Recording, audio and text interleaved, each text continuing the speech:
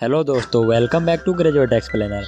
आज की कहानी एक हेक्टर की जो अपने पास्ट में जाकर अपनी गलतियों को सुधारने की कोशिश करता है, मगर क्या ऐसा करना उसकी ज़िंदगी की सबसे बड़ी भूल है?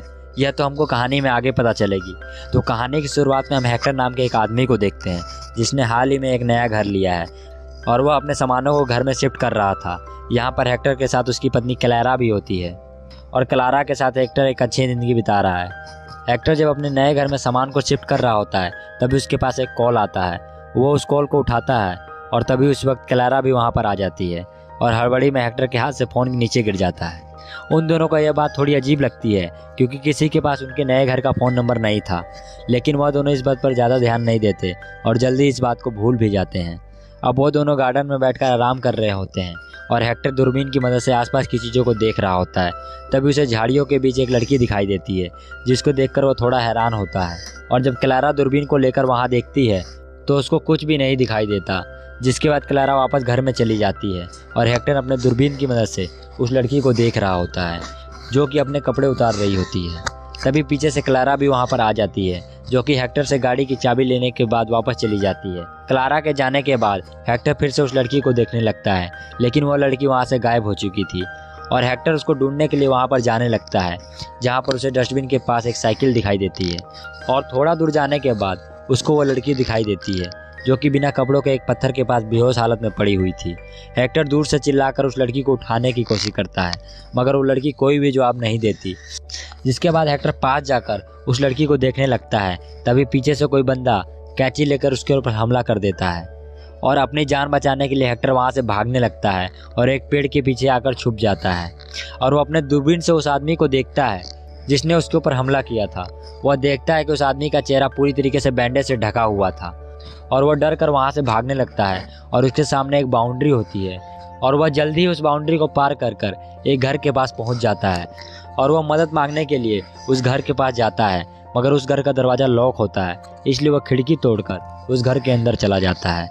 घर में थोड़ा घूमने के बाद वह लैब के अंदर पहुँच जाता है जहाँ पर वो अपने घाव को साफ करता है और अपना फर्स्ट एड भी करता है। जिसके बाद वह घर के दूसरे कमरे में जाता है। वहाँ पर उसको एक वॉकी टॉकी मिलता है और वॉकी टॉकी के दूसरे साइड इस घर का ओनर होता है। हेक्टर उसको सारी बातें बताता है और घर का ओनर उसको शांत रहने के लिए बोलता है और कहता है कि वह थोड़ी देर में ही वापस आ जाएगा। कुछ देर बाद हेक्टर उसको दोबारा कांटेक्ट करता है और वह उसको पट्टी वाले आदमी के बारे में बताता है जो कि उसको मारने के लिए उसके पीछे पड़ा है।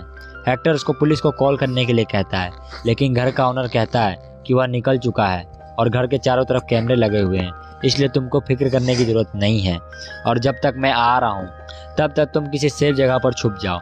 जिसके बाद हेक्टर घर के दरवाजे को अच्छे से बंद कर लेता है ताकि उस घर के अंदर कोई भी ना आ पाए। घर का ओनर बताता है कि उसने पुलिस को कॉल करने की कोशिश की मगर नेटवर्क की वजह से उसका कॉल कनेक्ट नहीं हो पाया। अब तभी बैंडेज वाला आदमी उसके पास घर की तरफ आ रहा होता है। घर का ओनर उससे कहता है कि तुम पीछे के दरवाजे से जल्दी बाहर निकलकर मेरे पास आ जाओ और वो अपने कैमरे में देखकर बैंडेज वाले आदमी की लोकेशन बता रहा होता है।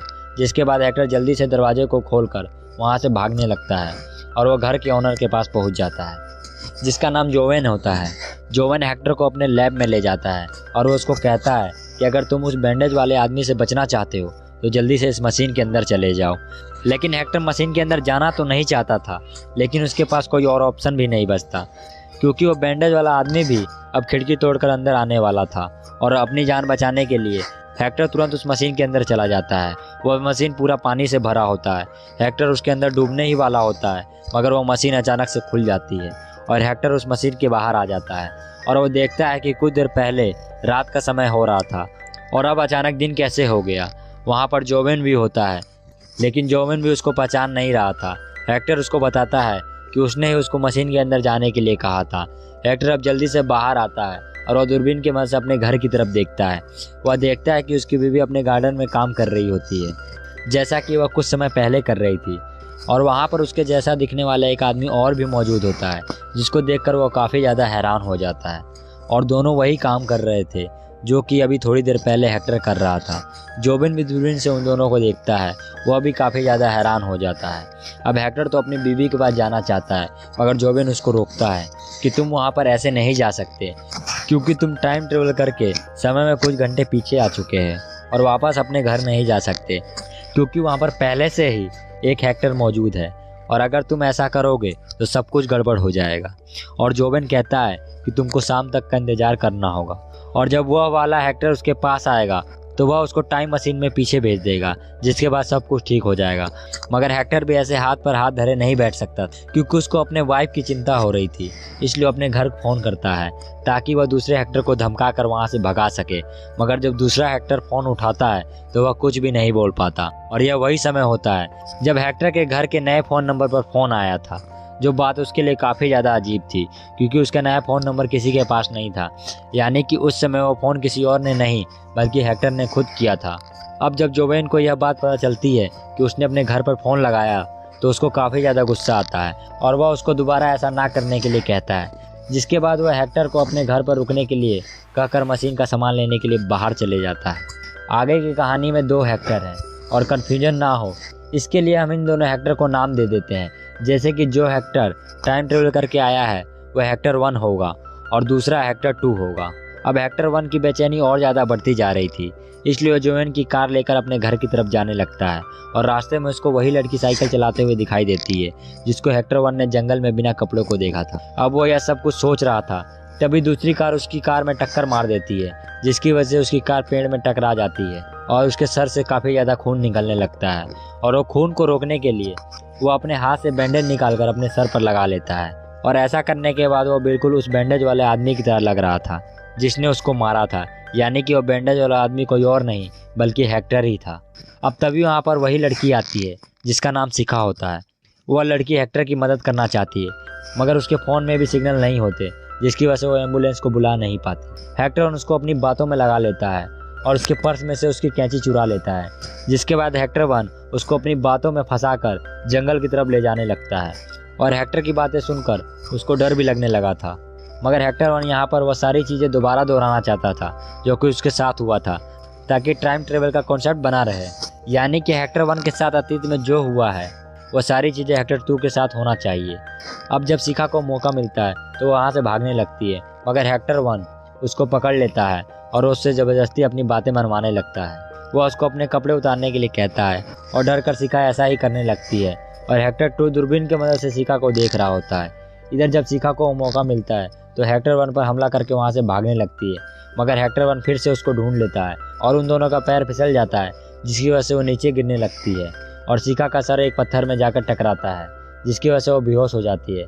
हेक्टर 1 पहले की तरह शिखा को नेक बैठाकर हेक्टर 2 के आने का इंतजार करने लगता है, और जब हेक्टर 2 आकर शिखा को जगाने की कोशिश कर रहा होता है तब हेक्टर 1 पहले की तरह उस पर कैंची से हमला कर देता है, और अपनी जान बचाने के लिए हेक्टर 2 भागकर जोवेन के घर में चला जाता है। और इधर हेक्टर 1 को शिखा के चिल्लाने की आवाज़ आती है, और जब वहाँ पर वह जाकर देखता है तो शिखा वहाँ पर नहीं होती है, जिसके बाद हेक्टर 1 वापस अपने घर में चला जाता है, जहाँ पर उसके ऊपर कोई हमला कर देता है। इसलिए वो खिड़की की मदद से अपने घर में जाने की कोशिश करता है, और वह अपने पत्नी क्लारा को भी समझाता है कि वह असली हेक्टर है, मगर क्लारा छत से नीचे गिरकर मर जाती है। और यह देखकर हेक्टर काफ़ी ज़्यादा उदास हो जाता है कि उसकी बेवकूफ़ी की वजह से उसकी क्लारा मारी गई। अभी हमें नहीं पता कि क्लारा नीचे कैसे गिरी, वह हमें आगे पता चलेगा। अब हॉकी टॉकी पर हेक्टर 2 और जोवेन की बातों को सुन रहा था, और यह वही बातें होती है जो कि वो कुछ समय पहले जोवेन से कर रहा था। जिसके बाद हेक्टर 2 पहुंच जाता है जोवेन के लैब, और वहां जोवेन को कहता है वह पास्ट में जाना चाहता है ताकि वह पास्ट में जाकर क्लारा को बचा सके। लेकिन जोवेन उसकी बातों को नहीं मानता, क्योंकि पहले से ही 2 हेक्टर बन चुके थे, और अगर फिर से हेक्टर पास्ट में जाएगा तो और भी ज़्यादा गड़बड़ हो सकती है। मगर हेक्टर 1 उससे ज़बरदस्ती करने लगता है, लेकिन जोवेन उससे कहता है कि टाइम मशीन नहीं चलेगी, क्योंकि टाइम मशीन की बैटरी ख़राब हो चुकी है। मगर हेक्टर 1 के सामने उसका झूठ पकड़ा जाता है, और हेक्टर 1 उसको मारता है और अपने सिर से बैंडेज भी हटा देता है, और वह बाहर जाकर टाइम मशीन की बैटरी को ढूंढ कर लाने के लिए कहता है, और वह दोनों बाहर जाकर टाइम मशीन की बैटरी को ढूंढने लगते हैं। मगर जोवेन उसको समझा रहा होता है कि अगर वो टाइम मशीन से फिर से पास्ट में जाएगा वह हेक्टर 1 की जगह हेक्टर 3 बन जाएगा, और यह सारी चीज़ें फिर से होने लगेगी। मगर हेक्टर 1 तो कुछ और ही सोच रहा था कि वह समय में पीछे जाएगा और वह हेक्टर 2 को मारकर उसकी जगह पर रह जाएगा, उसके बाद सब कुछ ठीक हो जाएगा। लेकिन उसको तो यह समझ ही नहीं आ रहा था कि चाहे हेक्टर 1 हो या हेक्टर 2 हो, ये सारे के सारे हैं तो एक ही, और अगर वह अपने अतीत को मारना चाहेगा तो वह खुद ही मर जाएगा। और तभी हेक्टर 1 का दिमाग दौड़ता है, और वह जोवेन से पूछता है कि उसको कैसे पता था कि वह पास्ट में जाना चाहता है, और उसने टाइम मशीन की बैटरी को बाहर क्यों फेंक, और हेक्टर 1 उस पर हमला करता है, जिसके बाद जोबिन उसको बताता है कि उसके अलावा एक और हेक्टर टाइम ट्रेवल कर रहा है, यानी हेक्टर 3, जो कि उससे 30 सेकंड पहले समय में पीछे चल रहा है। यानी कि इस हेक्टर ने 1 घंटे टाइम में पीछे ट्रेवल किया है, तो हेक्टर 3 ने टाइम में 1 घंटे 30 सेकंड पीछे ट्रेवल किया है। और ये सारी चीज़ें हेक्टर 3 पहले ही देख चुका है, इसलिए उसने जोबिन को मना किया था कि वह हेक्टर 1 को दोबारा टाइम ट्रेवल ना करने दे, नहीं तो बहुत बुरा होगा। अब यहाँ पर हेक्टर 1 को टाइम मशीन की बैटरी मिल जाती और तुरंत ही तेज़ बारिश भी शुरू हो जाती है। और जोबिन को बार बार मना करने के बाद भी हेक्टर 1 टाइम ट्रेवल करता है और पास्ट में चला जाता है और फिर से एक बार वह दिन के समय में आ जाता है, लेकिन जोबिन को कुछ भी याद नहीं था। और यहाँ पर हेक्टर 1 हेक्टर 3 बन चुका है, जो कि पास्ट में हेक्टर 1 से 30 सेकंड पहले आ चुका है। और वह हेक्टर 1 के आने से पहले वहाँ पर छुप जाता है और पहले की तरह हेक्टर 2 हेक्टर 1 बनकर टाइम मशीन से बाहर निकलता है। और हेक्टर 3 सब कुछ देख रहा होता है और पहले की तरह सारे इंसिडेंट फिर से होने लगते हैं। हेक्टर 3 जोबिन से कहता है कि वह हेक्टर 2 को रोक कर रखे जब तक कि वो घर नहीं पहुंच जाता, और जोबिन भी ऐसा ही करता है। हेक्टर 3 जब जाता है तो घर का गेट बंद होता है, जिसकी वजह से घर नहीं जा पाता। इसके बाद जोबिन उसको एक लाल कलर की गाड़ी देता है और यह वही गाड़ी होती है जिसने कि हेक्टर 1 को पीछे से टक्कर मारा था। और हमें पता चलता है कि उस कार के अंदर हेक्टर 3 था। और अब हम हेक्टर 1 को देखते हैं, जो कि बेचैनी की वजह से वापस अपने घर में जाने लगता है और हेक्टर 3 लाल गाड़ी लेकर उसका पीछा करने लगता है। रास्ते में हेक्टर 3 को शिखा भी दिखाई देती है और शिखा के जाने के बाद वो हेक्टर 1 की गाड़ी का एक्सीडेंट कर देता है, मगर वो खुद भी अपनी गाड़ी नहीं संभाल पाता और उसका भी एक्सीडेंट हो जाता है, जिससे उसको काफ़ी ज़्यादा चोट भी लगती है। और वो अपने वॉकी टॉकी से जोन को कॉल करके कहता है कि टाइम मशीन को बंद कर दे और हेक्टर 1 को पास्ट में कभी ना जाने दे। और इसलिए जो मैंने टाइम मशीन की बैटरी को निकाल कर फेंका था। अब तभी शिखा के सामने हेक्टर 3 आ जाता है और शिखा के चिल्लाने की आवाज़ हेक्टर 2 सुन लेता है, जिसने कि अपने सर पर बैंडेज लगा रखा। शिखा हेक्टर 3 को उसके घर पर ले जाती और अब हेक्टर 3 घर में आराम कर रहा होता है। तभी उसको अपनी वाइफ क्लारा दिखाई देती है, जो कि उसे बैंडेज वाले आदमी के बारे में बता रही होती है, यानी कि हेक्टर 2 के बारे में। और वह कहती है कि उसने पुलिस को भी कॉल कर दिया है। हेक्टर 3 क्लारा की जान बचाने के लिए उसको एक कमरे में छुपा देता है। इसके बाद हेक्टर 3 एक टेबल फेंक कर हेक्टर 2 को मारता है और बाद में शिखा के बाल को काट कर उसको क्लारा के कपड़े पहना देता है और उसको छत पर छुपने के लिए कहता है। और कुछ देर बाद शिखा छत से गिरकर मर जाती है, यानी कि जो लड़की मरी थी वो क्लारा नहीं बल्कि शिखा थी और उसको हेक्टर 3 ने मारा था। अब कुछ देर बाद हेक्टर 3 क्लारा को कमरे से निकालकर गार्डन में ले जाता है और वो दोनों आराम से वहाँ बैठ जाते हैं। और हेक्टर 3 सब कुछ हालात पर छोड़ देता है, क्योंकि वह चाह कर भी कुछ नहीं कर सकता, चाहे पास्ट हो या प्रेजेंट या फिर फ्यूचर। यह टाइम लूप है। यह टाइम लूप तो इसी तरीके से चलता रहेगा, जैसे कि हेक्टर 2 की जगह हेक्टर 1 ने ले ली और बाद में हेक्टर 1 की जगह हेक्टर 3 ने ले ली। और यह एक टाइम लूप है जो कि कभी ख़त्म नहीं होने वाला। आई होप आपने लॉजिक का इस्तेमाल कर वीडियो को एंजॉय किया होगा। आई होप आपको वीडियो पसंद आई होगी। अगर वीडियो पसंद आए तो वीडियो को लाइक करें, चैनल को सब्सक्राइब करें और नीचे कमेंट करके बताएं कि आपको वीडियो कैसे लगी। धन्यवाद।